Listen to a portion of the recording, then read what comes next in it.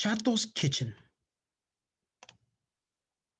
by Gary Soto, illustrated by Suzanne Guevara. Here's a glossary.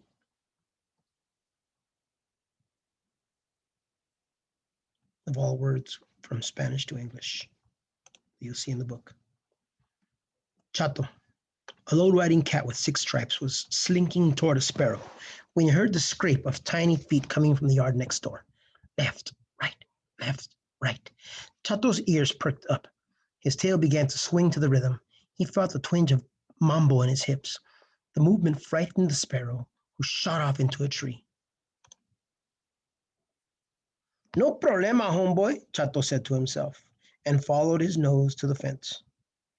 Through the narrow slats, his eyes grew big as he spied 5 mice the color of gray river rock. His whiskers vibrated with pleasure, and he leaped onto the fence for a closer view.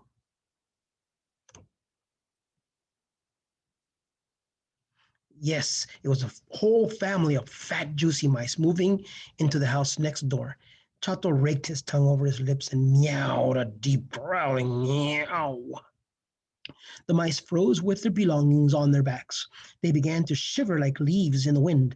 Chato was the tallest cat they had ever seen. Orale, neighbors, Chato purred. Don't be scared of me. I'm a cool low-riding cat. The mice dropped their things and scattered. No, de veras, hombres, I'm okay, Chato reassured, but the yard was empty. Another meow rumbled in his stomach, just barely suppressed. Chato thought for a moment as he stabbed his face into his furry shoulder and chewed the daylights out of a bothersome flea. Aha, he thought, I'll invite them for dinner. Chato jumped down from the fence and returned to his house. On a piece of fine paper, he wrote, Chato welcomes you to the barrio and invites your tasty family for a surprise dinner tonight at 6 o'clock. Chato immediately saw his error and changed tasty to lovely. He folded the invitation onto a paper airplane and tossed it over the fence. The airplane spiraled down a parachute of wind, and Papi Mouse read it out loud. Should we go? Mommy Mouse asked. Why not? Papi said. That Chato cat seems muy simpático. Very nice, I'm sure. But isn't Chorizo coming over tonight? Mommy Mouse asked. Híjole, that's right, Papi said. A friend from the old neighborhood was due over for dinner. They called him Chorizo, or sausage, because, well, that's the kind of guy he was. After much talk, Papi wrote back. Many thanks, mil gracias. We're coming, and we'd like to bring a friend. Okay? Oh, sure, Chato shouted over his fence. A friend of a friend is a friend, que no? He couldn't believe his luck. Instead of just 5 mice, there'd be 6. Chato pranced off to the kitchen to rattle his pots and pans. Whistling La Bamba, he took out beans for frijoles. Perfect for mice. Then ripe avocados for guacamole. Very nice. And he checked for some arroz because, of course, we need rice. As he was piling ingredients on the table, the doorbell rang. It was Chato's best friend, Novio Boy, a cat with soft green eyes, sleek fur, and the loveliest growl in the barrio. Novio Boy also wore the flashiest cat collar, a leather one with real gems that sparkled at night when cars passed in the street. Yo, cool cat of East Los Holmes, he purred. What you doing? I'm having mice for dinner, served with the works. Helping with las tortillas. The guys got to work. While Chato rolled out the tortillas with a rolling pin, Novio Boy placed them on a hot griddle, careful not to burn his paws. He flipped them over when one side was baked until both sides were perfect. All afternoon they worked away in the kitchen. They cooked the beans and made salsa, not too spicy for the guests, and a large pitcher of tamarindo. They made fajitas, enchiladas, carne asada, chiles rellenos, and finally a sweet, smooth flan. Ooh, that's getting me hungry. Oh my goodness. While the cats were busy in Chato's kitchen, the mice were settling into their new home. They had set up a bottle cap for a bathtub, a chip of glass for a mirror, and their matchbox beds all in a line. But they still remembered, as the sun began to drop behind the trees, that they should take a dish to Chato's house. What did they make? Quesadillas, of course, featuring their favorite ingredient, cheese.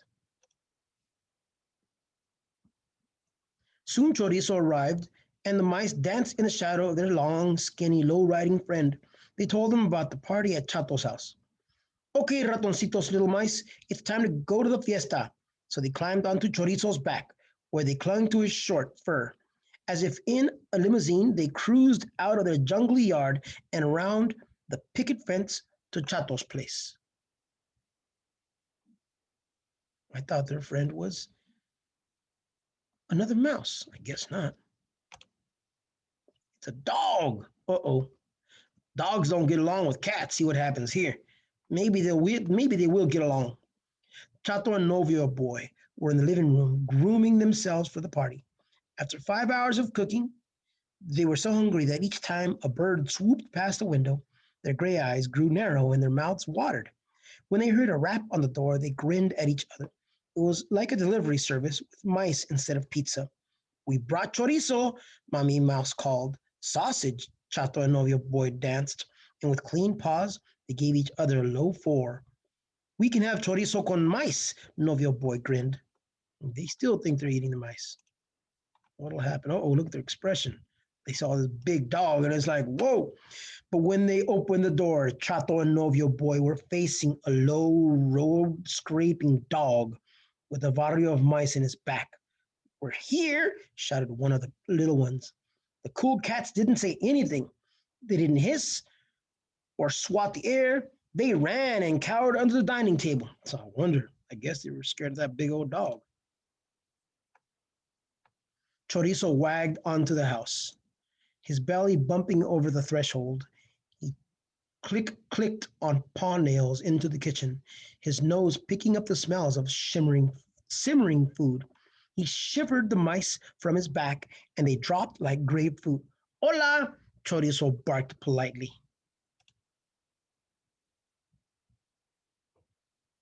Chato and Novio boy scampered from under the table and leaped up on the curtains, where they meowed for their lives. What are you doing there? Mommy Mouse asked. Don't tell me you're scared of Chorizo. Mira, he's a nice dog. Chorizo wagged his tail and let his tongue fall out. Chato and Novio boy looked at each other.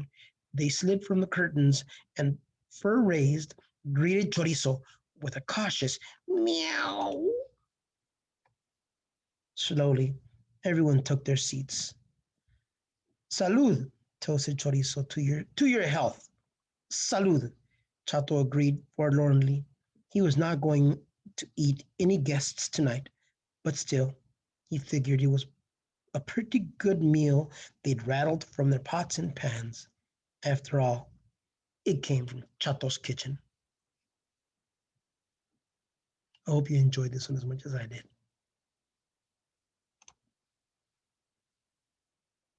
Please subscribe and look for new ones if you desire.